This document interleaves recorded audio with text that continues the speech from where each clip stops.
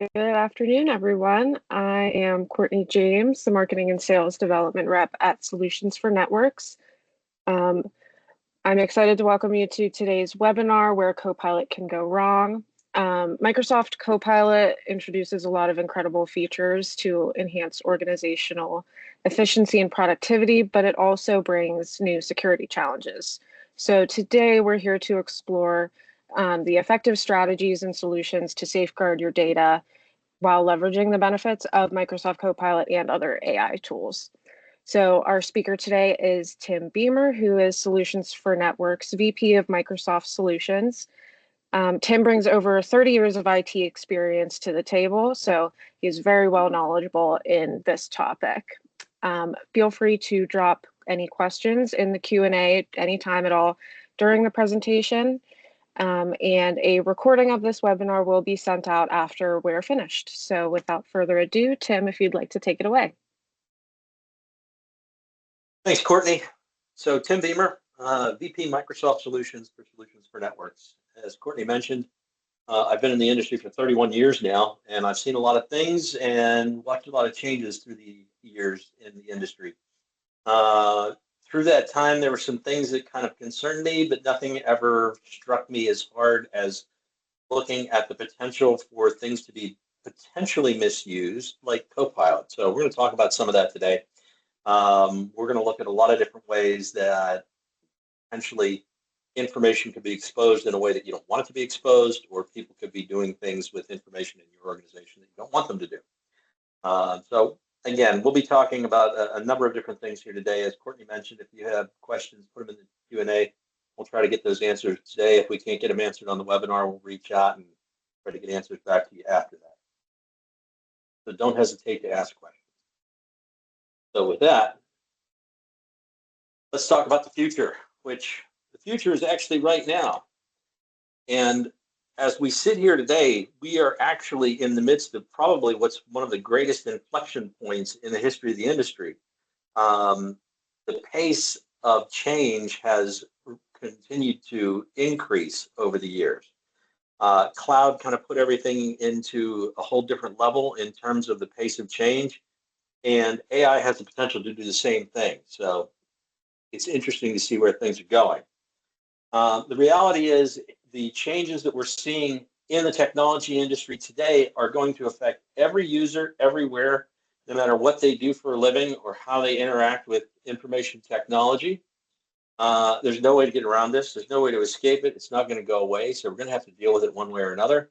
And getting ready for this is not actually going to be easy. There is no big easy button to punch on this. So what is the future?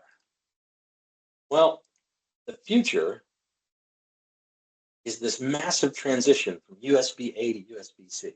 Now wait, before you disconnect from the webinar, that's not what we're actually going to talk about today. But what I did is I went out to ChatGPT and I used their AI and I said, give me a paragraph that talks about the transition from USB-A to USB-C. And this is what it came up with, and I'm not going to read this to you, but the reality is it's not bad. It's not perfect, but it's not bad. It's decent. I think it captures a lot of the high points, but remember, we're talking about something interacting with what's called a large language model, which we'll talk about more in a minute. So I bring this slide up kind of as an example of what some of the results are that you could potentially get using some of these AI engines. And mind you, while today we're going to focus on Copilot, everything we talk about here applies to any AI tool, regardless of what it is. I don't care if it's Salesforce's, I don't care if it's Meta's, I don't care if it's Google's. This applies universally across any AI engine. So Microsoft has branded their AI engine as Copilot. What's a Copilot? So once again, I go out to ChatGPT and I say, what is a Copilot? Well, in historical terms, a Copilot was somebody who flew in the left-hand seat in an aircraft, and if the pilot was unable to or needed a break or whatever, they would turn the controls over to the co-pilot, and the co-pilot would be able to operate the aircraft without the pilot. I don't know if co-pilot's maybe the right branding or not, because I'm not sure that I'm ready for Copilot to take charge of my data. One of the things I highlighted here, though, if you note the bottom of the bottom graphic there with the prompt, Highlighted, it says ChatGPT can make mistakes. Check important info. We're going to talk more about that in a minute here as well. The reality is, and I've had conversations with other people about this, a lot of the users who are starting to experiment with AI tools today don't realize that the information that they get back could be inaccurate or, for lack of a better term, wrong. And for years, we have trusted our computers to be right all the time. When you enter a formula into Excel to compute the value of that cell based on other inputs, you know that the answer is always going to be right. When you create a Power BI report from a data set, that report is always going to be right, assuming that the data behind it is always right. And we've grown to trust our computers. We trust them to be right all the time. Problem with AI right now, or one of the problems, is we don't know if it's right. So that's one of the things we need to make sure we take into consideration moving forward. One note on Copilot.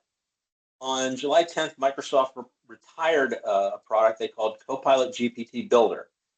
Copilot GPT Builder was really in the consumer realm of Copilot. This was not something attached to Copilot for 365 or Azure's Copilot Studio. But I did want to make sure that I included a note on this, that the consumer Copilot has gone away. Not a good thing, it's not a bad thing, but Microsoft has decided that they're going to focus on the commercial and enterprise space and not worry about the consumer space. Yeah, it frees up some more development dollars, so it's probably not a bad thing. So let's talk a little bit about what Microsoft Copilot is. And there's actually a couple flavors of this. There's Copilot for M365. The Copilot for M365 is natively built into your M365 environments. It's also available in all the traditional desktop tools that we've been using since what seems like the beginning of time anyway, like Word, Excel, PowerPoint, Outlook. And you can create or summarize data within those applications through M365 Copilot. There's also something called Copilot Studio. Copilot Studio allows you to build custom copilots, or AI chatbots, if you will, that are specific to your organization, that are based on the information in your organization. Microsoft talks about the large language model with Copilot. They also talk about your local language model. Your local language model is data specific to your enterprise. Copilot Studio allows you to build Copilot into your own applications through the Azure AI Studio. So if you decide that you want to enable AI in an application that you're building as a line of business application for your particular environment, you can do that with Microsoft Copilot Studio. So there's a couple different flavors to be aware of. Now, Copilot for M365 and Copilot Studio are a little bit different because one deals with data that's in your M365 tenant. The other can deal with data that's in that tenant, or it can deal with other data as well. So we'll talk about that a little bit more in a second.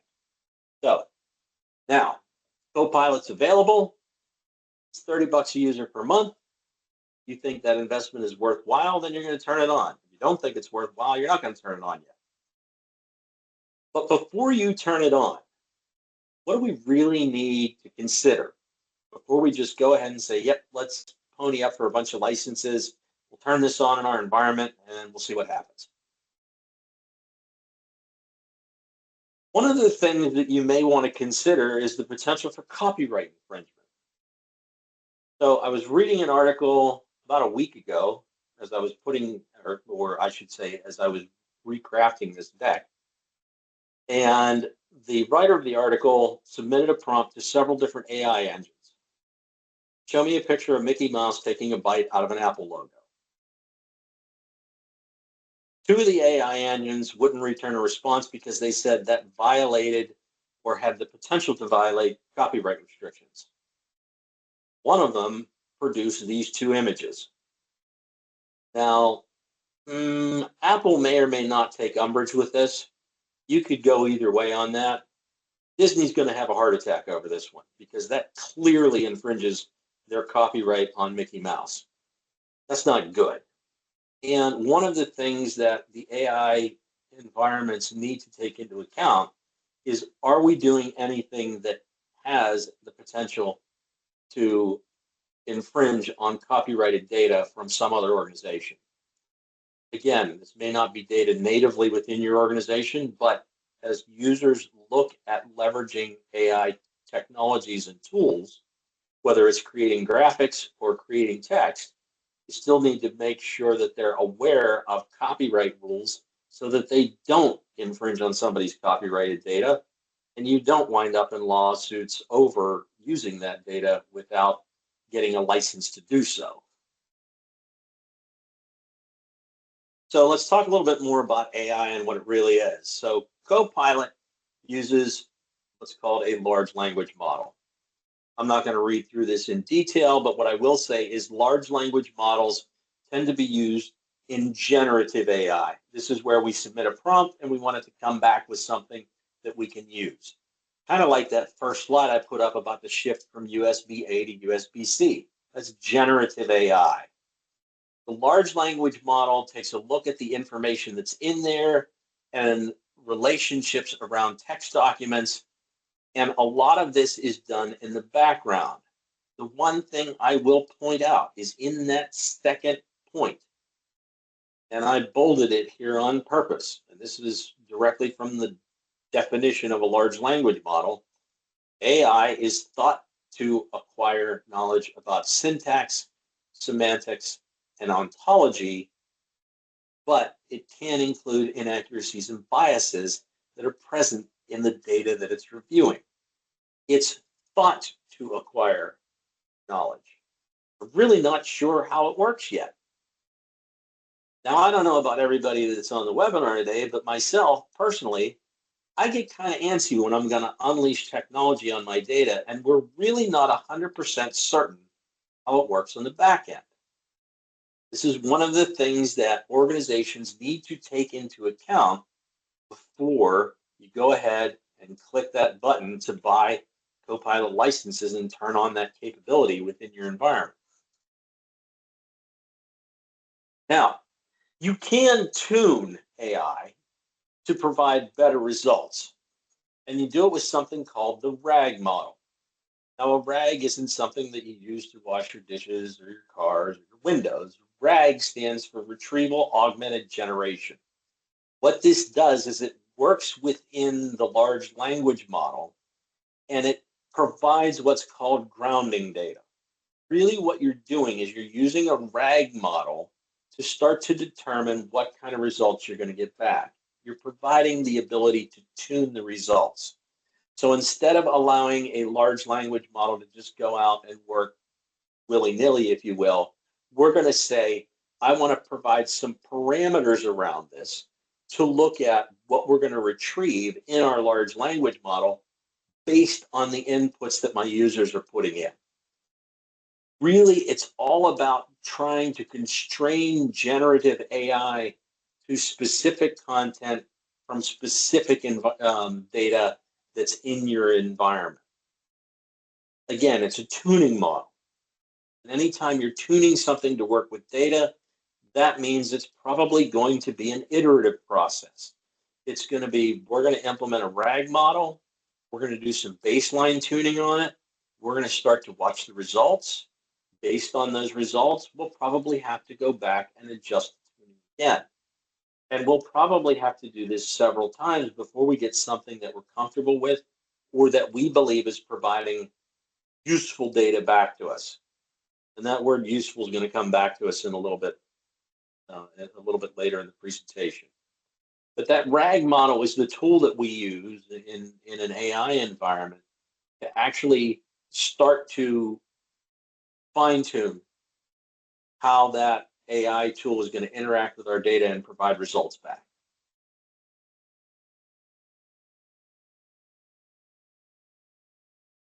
Microsoft has published a long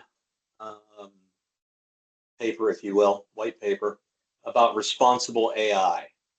And one of the technologies they've come out with is something called Phi Silica. Phi Silica is referred to as an NPU-tuned local language model. NPU is a neural processing unit. Now, I'm going to talk about what Phi Silica is specifically in a moment, but before I do that, I'm going to talk about the neural processing unit. You're starting to see manufacturers put out PCs and endpoint devices, as well as servers for back-end data that have what they call AI technology built in. Usually that's either a GPU or a graphics processing unit or an NPU, a neural processing unit. Those processing units are designed specifically to optimize AI workloads. Now let's think about that for a minute. Average fleet life for endpoint devices for most enterprises today is somewhere between 3 and 5 years. These devices are just starting to hit the market. And we're thinking about putting AI into our applications and using that on a daily basis in our organization. What's the performance hit going to be on that 3-year-old device that I have that may not get cycled out for 2 more years, that doesn't have a dedicated GPU or a neural processing unit or an NPU? There is the potential for significant performance lag based on the lack of GPUs and NPUs on both endpoint devices and servers. And most organizations are not going to go out and refresh their fleet all at once just to take advantage of the newer silicon that's available. So that means there's the potential to unleash technology that's going to have a negative impact on performance at the endpoint before we're ready for it. This is another thing that needs to be entered into the equation before you look at the use of AI. Now, what's Phi Silica? Well, Phi Silica is really looking at a model for building applications to make sure that the AI experience is safe and secure. Now, what Microsoft has done is they're trying to build in to this Phi Silica model trustworthiness, security, and responsibility. And the idea is to look at the model quality to look at, identify, and mitigate risks.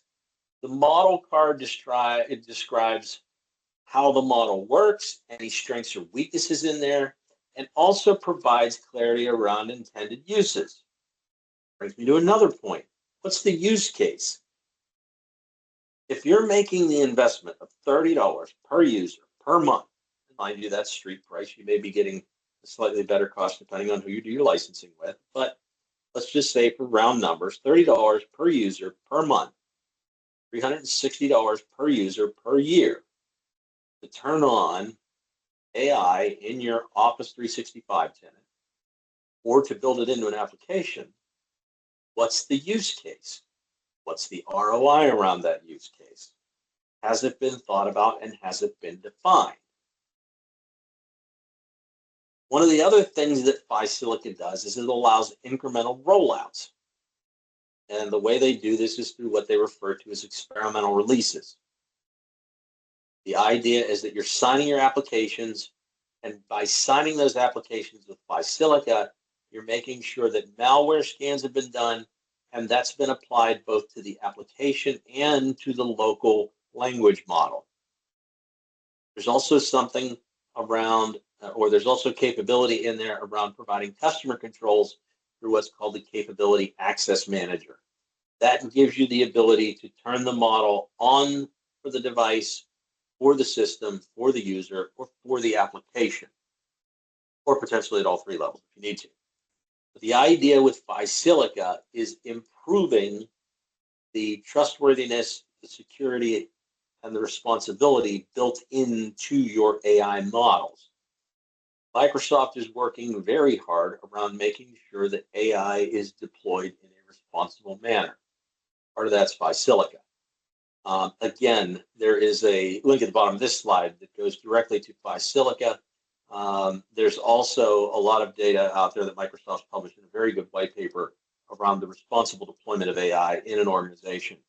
My recommendation is that you make sure that you read that in detail. You don't skim it, read it in detail before you even think about turning on Copilot in your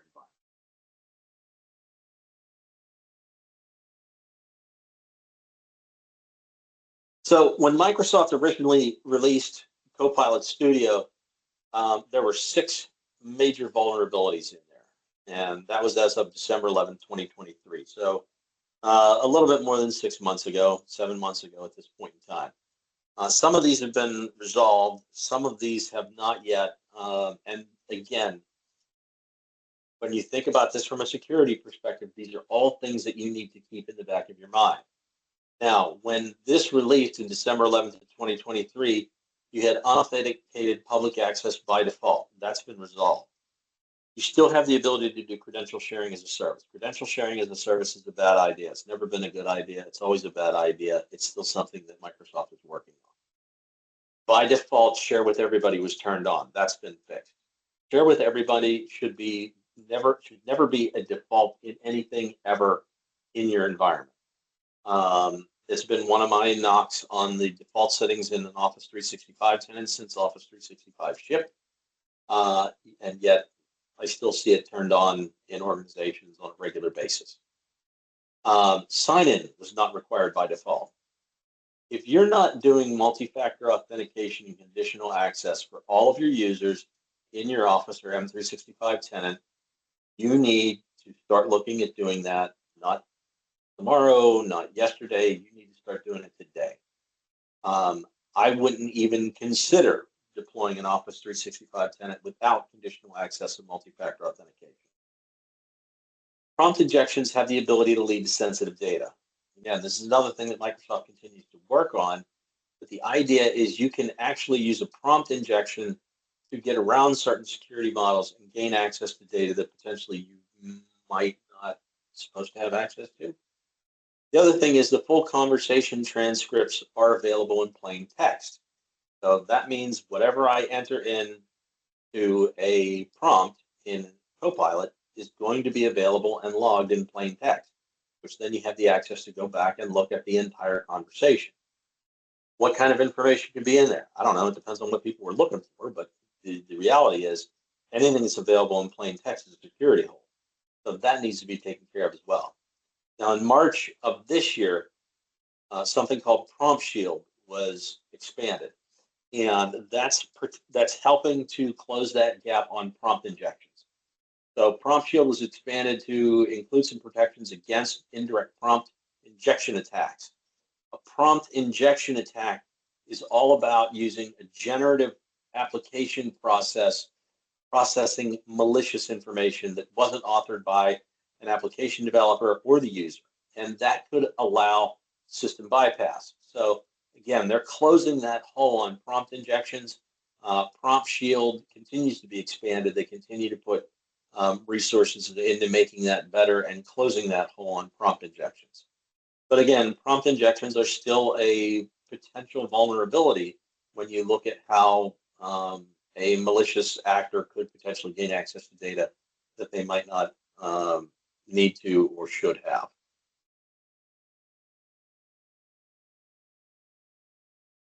So here's an actual case. A couple weeks ago, my brother was in town and he was camping out in our office while he was in town so that he had a space to work. And while he was here, the company he works for lit him up with a license for Copilot. And he goes, "Oh, wow, look at this. I have Copilot now." So he does what every normal user does. He starts looking for stuff using Copilot. So he puts a prompt in, he gets a result back. And after he puts the result back, or after he gets the result back and reads through what it is, he looks at me and he goes, "Wait a second. I'm not sure I'm supposed to have access to this information. I really should ask somebody if this is something I should have access to or not." Think about that for a second. Copilot was turned on the day that my brother was enabled with his license for Copilot. One of the first queries he puts in to Copilot, it comes back with information that he's not sure he should have access to. Now, my brother is a responsible user because he knows me and we've talked an awful lot about IT over the past year. So in his mind, he goes, "I need to ask a question about this." Your average user is not going to ask a question about that. They're going to say, "Well, it gave me this information back, I should clearly have access to it, so I'm going to go ahead and use it, whether I should or not. That's a huge gaping hole, potentially, in the security of your data as an organization. And mind you, I don't bring all of this up to be some naysayer, say, don't implement Copilot. What I'm trying to do is say, you need to really take a long, hard look at the security model for your data in your organization before you turn Copilot on.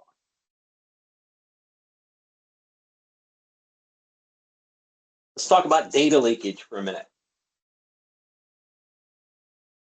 Copilot 365 is based on top of whatever information you have in your M365 data. If there is a Copilot extension that's enabled that allows data flow to go outside of your tenant, that is a potential for a data leak. Now, Copilot for Office applications like Word and PowerPoint, Excel, that can generate content based on other files. So I can create a prompt in Copilot, have it go back, look at all the information that I have access to in the tenant, give me a response, and I can use that response to create a Word document or a PowerPoint presentation.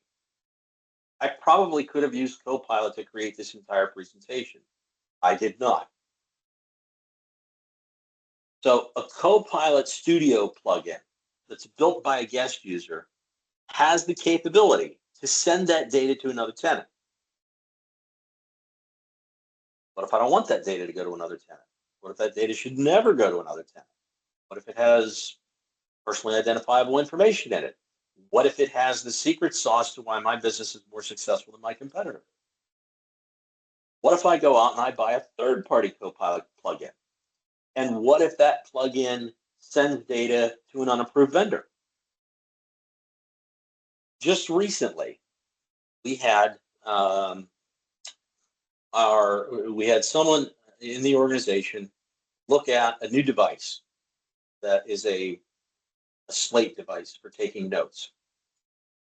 And in the process of reviewing the capabilities of that device, and again, this device doesn't use AI at all, but it's the perfect example of what could happen with a third-party AI plugin. This device stores all the information that you put on it in that particular company's cloud. Where's that cloud live? Well, after doing some digging and reaching out directly to the device manufacturer, that data lives in a GCP tenant, a Google tenant in the European Union. I don't want any of my data in any Google environment, especially not one in the European Union. So I had to come back and say, you know what? These devices, that's a hard no. I don't want those devices being used because I have no control over where the data is going. And there's some other things on top of that. But when you think about the fact that now folks are going to start developing Copilots and allow you to buy these based on some subscription model, you need to make sure that before you put that third-party Copilot plugin into any application or any environment that you have, where does the data go?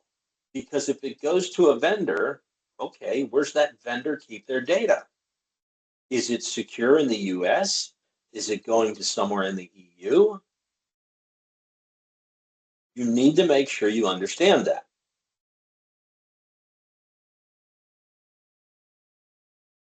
Credential oversharing. In general, access to business data does require an authenticated connection. So you have to sign in at some point.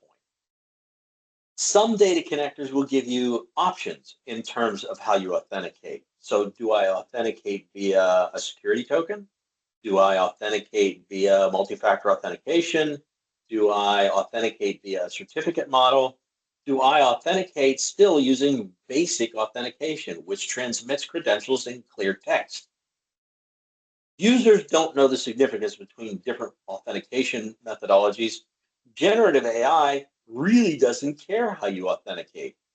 All it cares is I can authenticate to this data. If I can authenticate to this data, I'm going to produce results based on it. Some of the examples that are out there, well, hard-coded credentials in an application. That's bad idea. It's been a bad idea for years, and yet developers still will use hard-coded credentials within applications because to them it's the easy button to get access to the data versus requiring a user to authenticate whenever they need access. Again, bad idea. In a Power Automate workflow, you have the ability to use something called an implicitly shared commission, like an implicitly shared connection, and that can be used by Copilot. Again, I don't necessarily have control over those credentials because it's in the Power Automate workflow and it's been coded in there. It's another one of those things that as you look at how you use Power Platform, and if you're going to use Power Platform in conjunction with Copilot or some other brand of AI, you need to be aware of how it's handling credentials. The last thing anybody wants to do in today's environment is to overshare credentials, and the next thing you know, you're making the front page of whatever news feed you read because there was a credential dump done on your organization, and now those credentials are available to anybody who wants to spend the money to buy them. Phishing. I am sure probably everybody who's on this webinar has gotten an email from your cybersecurity training that's a phishing attempt. And just for the sake of argument, I'm going to say that everybody on this webinar went ahead and clicked on the button in Outlook that said this is a potential phishing attempt and didn't actually fall for the link. Hopefully that's the case. But phishing is a very common attack vector. And everybody knows that a phishing attempt is nothing more than an attempt to harvest credentials. And once I harvest those credentials, then I use them to gain unauthorized access. And once I have unauthorized access, I elevate my privileges and I do whatever I want within somebody else's system. An example, a bad actor gains credentials. Maybe it's of a user account, maybe it's a guest account. That user doesn't need to have elevated permissions. I just need credentials to gain access to the system. Once I have credentials, then I'm going to create a Copilot plugin. And I'm going to build that in Copilot Studio. And once I've built that in Copilot Studio, I'll name it something innocuous. HR, business trip request, expense report form submission. Think of a million different things. Vacation request. Could be anything, something that seems innocuous. The plugin gets configured and it asks a set of questions. Once those questions are answered, it replies to a link, and that link goes to a malicious website. People go to the malicious website because the link came from something internally. It was given to us by AI and our computer's never wrong. So I go ahead and click on that thing, and that malicious website is used to harvest more user credentials. The bad actor takes that plugin and they share it with the entire tenant. And the next thing you know, they've got the keys to the kingdom. And obviously, that's not something that anybody ever wants to see.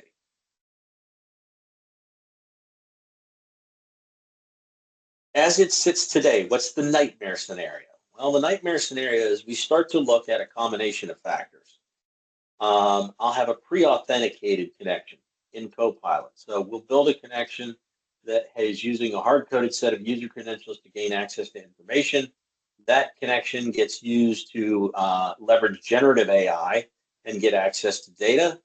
That Copilot doesn't include anything like Silica. It doesn't include any data sanitization steps. And it's shared potentially with the entire organization. The results are you end up with a user, and it's, let's face it, the bulk of our user community are not what we would call tech savvy, so to speak.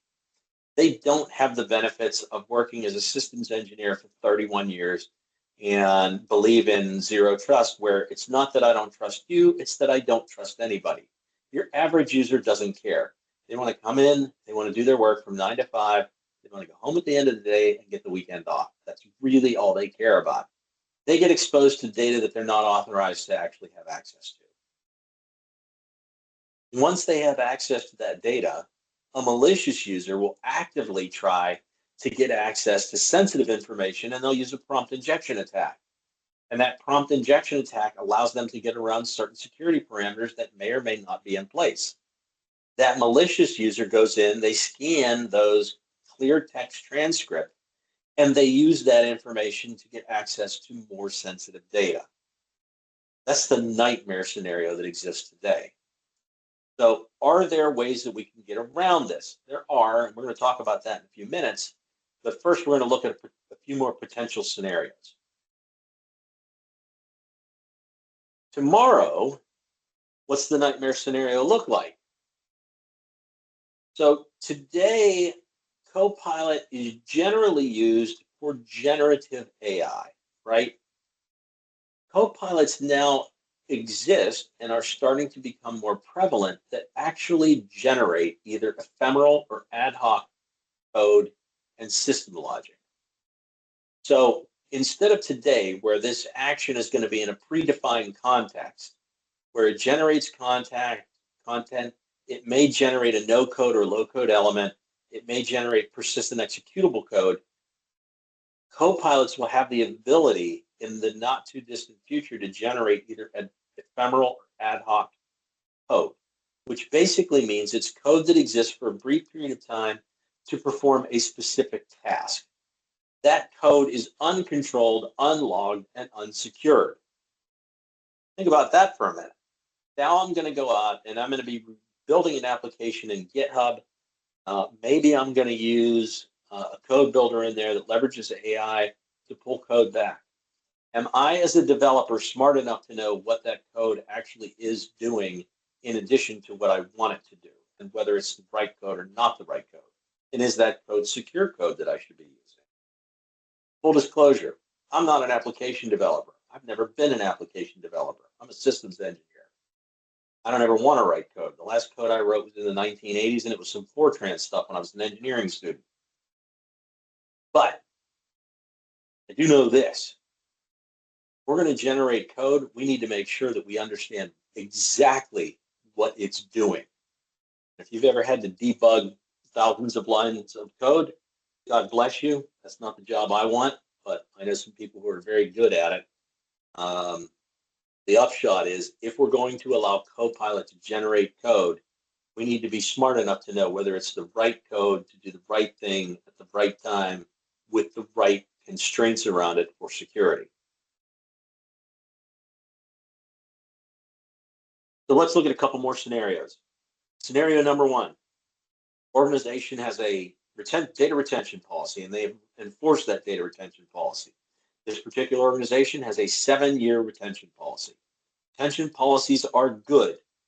You do not have a retention policy, a written, codified retention policy that you enforce on your data.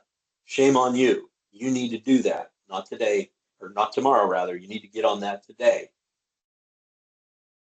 I'm going to implement Copilot, and I've decided I'm going to restrict that Copilot to only look at human resources data. That's where we're going to start to use Copilot. That's the use case we've come up with. And the use case is I want to make it easier for my users to find HR-specific information that lives within my Office 365 tenant. So I've restricted the range of Copilot to just AR data. So a user goes in and puts a prompt into Copilot. What's the work from home policy? Let's think about what's going on in the world for the last 5 years. COVID hit. We went from normal 40-hour a week. We work in the office, we go in, maybe some people have a work from home. They do a little flex kind of thing where they're in the office 3 days a week and work from home too, whatever. But whatever that policy was, there's a policy that exists from pre-COVID. That's within my 7-year range. During COVID, as this wave hit, that wave hit, do we go back into the office? Do we not go back into the office? Do we have certain people going to the office on certain days? Do we have other people going to the office on other days? There might have been 3 or 4 different policies that were authored during COVID. And then as we got to the end of the real pandemic, there was a new policy put in place.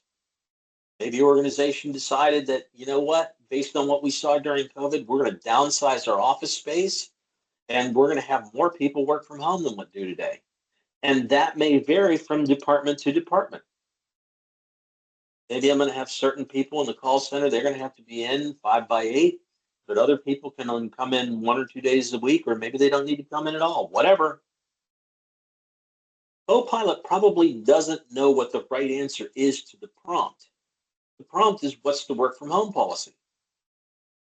But based on the large language model or the local language model it's looking at, the answer you get back may be what Microsoft calls usefully wrong.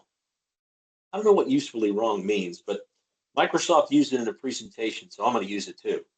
Usefully wrong is the information I get back based on the pre-COVID policy, one of the policies during COVID, the after COVID policy, or does it pull information from all of those policies and put it together into something that doesn't really actually make sense? We don't know. We're going to have to look at it. And the only way to get the answer to be right will probably result in us going back and doing a lot of work to tune the RAG model to understand how we augment the generation of that result. Scenario 2. This is a lot more likely. This is something I've seen over and over and over again in IT. We have a retention policy. We don't enforce the retention policy. So even though we say we only keep data for 7 years, we've actually got stuff in Office 365 that we migrated up there that's over 20 years old. We don't do anything with data loss prevention. We haven't gotten that far.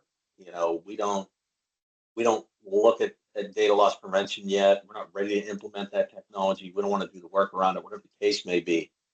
But we've also really not done any work to check that our permissions models are accurate or on point. So, basically we migrated a bunch of stuff from SharePoint Online or from SharePoint on premises into SharePoint Online.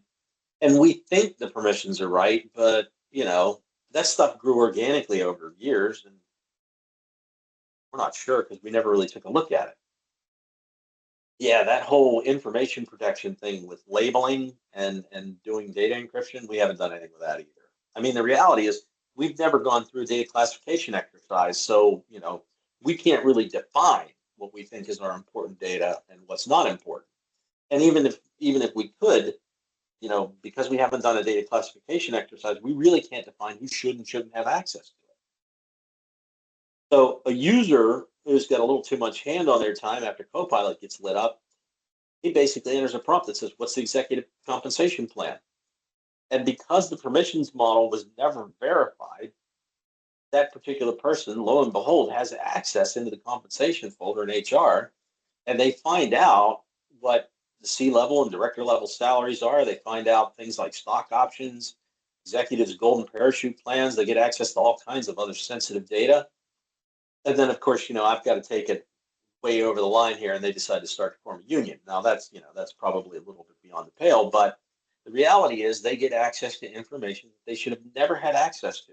And because they're the average user, they're not going to ask whether they should have access to that information. They're just like, well, I got access to it, so I probably should have access to it. That's bad on toast.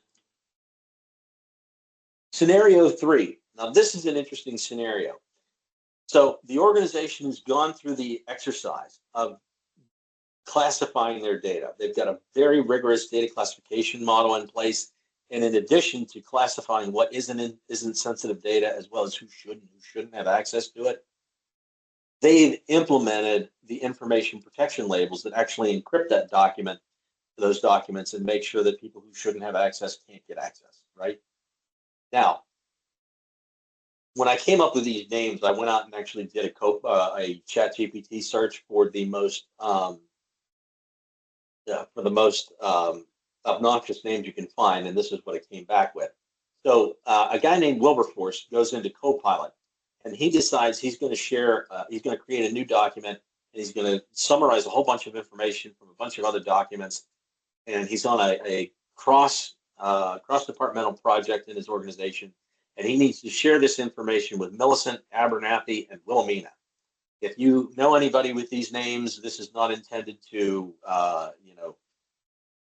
the standard disclaimer about this is not intended to, be anybody in real life. These are purely for fictional use. Now, The source material includes rights protected information from 3 different sources. The permissions flow. The rights management is recognized within Copilot for M365. That's a good thing, assuming you've actually done rights management. So what we find is as Wilberforce is putting together his document, Millicent doesn't have permissions to the information from source document A, and Abernathy doesn't have permissions to the information from source document B, and Wilhelmina doesn't have permissions to the information in source document C. Since the rights management flows from source documents to the target, none of the intended recipients can actually access that data. So what we've done is we've used Copilot to generate this really incredible document with a lot of very relevant and important information that the recipients of that document can't actually read because they don't have permissions to the source material, whether they should or not. So again, this goes back to that whole planning conversation. So how do we prevent this? Well, proper planning prevents poor performance. One of the most important things that any organization that's going to look at implementing Copilot needs to do is evaluate your permissions models and make sure that if there are permissions in place that are not required or shouldn't have been granted in the first place, those permissions are revoked. When you implement AI, security through obscurity doesn't exist. The AI engine, when you enter a prompt, will look at all the information that that user has access to, regardless of whether they're supposed to or not. I go back to the case of my brother with one of the first prompts he puts in and comes back with information and goes, I really don't think I'm supposed to have access to this. So I'm going to check and make sure whether I should or not. Again, he's an outlier, but he's worked, he's been around me long enough to know that's what he should do. You need to define DLP and information protection policies to make sure of 2 things. DLP makes sure sensitive data doesn't exfiltrate your organization. There's over 300 built-in data definitions. You can create your own if you need to, but DLP stands for data leakage prevention. It's built into M365. If you're not using it, you should be. Information protection takes it to the next level. We put a label on a document and encrypt it to make sure that information is secured. That label determines who has access and who doesn't. DLP and information protection require that you go through a data classification exercise. If you can't classify the data, you can't secure it. So you need to understand through the data classification exercise what is important, what isn't important. If it is important, how do I secure it? Who gets access? Who doesn't get access? And what level of access do they have? Is it read only? Is it read and edit? Do I allow them to copy and paste from this document? Information protection labeling can get very granular in terms of what you can and can't do with that information. But it's all based on the data classification exercise to get you started. If you don't know what's important, you can't secure it. So the foundational steps, as I just said, you got to do the data classification. It's not an option. That's the foundation for doing DLP policies, and DLP policies allow you to prevent sharing of data through Teams, SharePoint Online, OneDrive for Business, and Exchange Online. DLP is all about how do I prevent my data from going somewhere that it's not supposed to go. Information protection. It used to be AIP, and then it was MIP, and next week it'll probably be called something else. I'm just going to call it information protection because then it doesn't matter. But information protection labels, rights management, all your sensitive documents.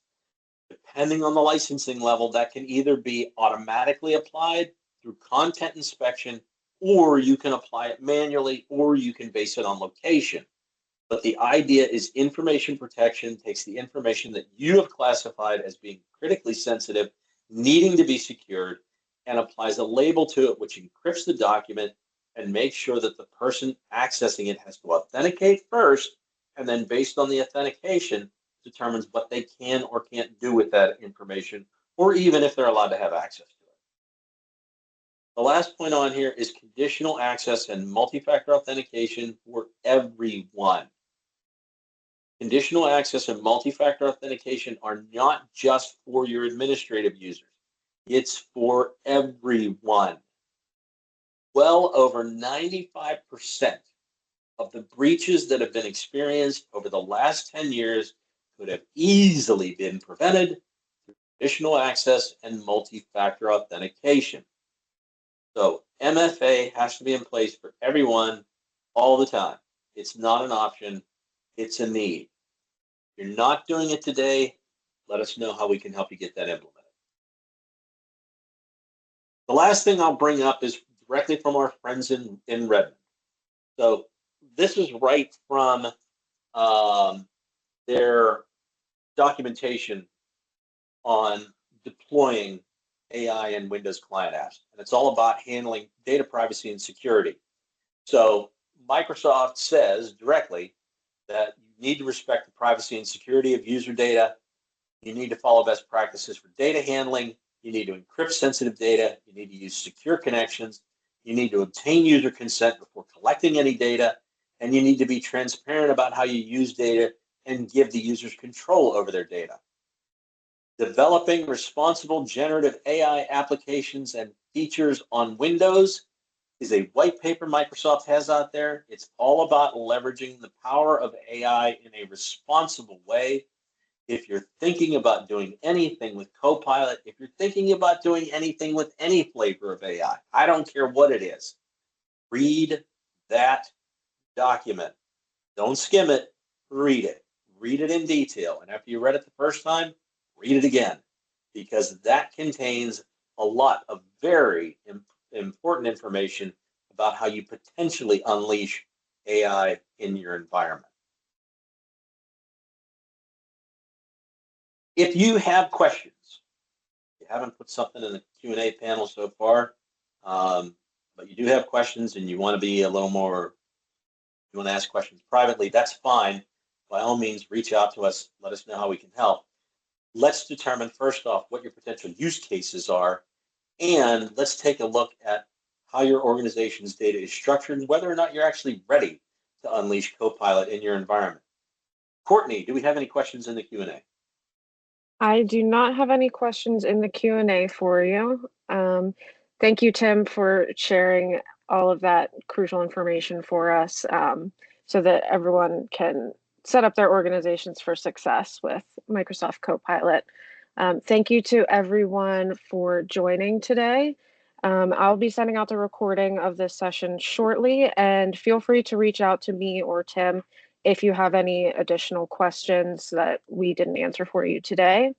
And you can stay connected with us on LinkedIn. We'll post updates on future webinars and cybersecurity insights as well. We're at Solutions4 Networks on LinkedIn. Thank you, Tim. Thanks, Courtney. Appreciate everybody spending some time with us this afternoon. Again, don't hesitate to reach out if you have questions. Have a great rest of your day.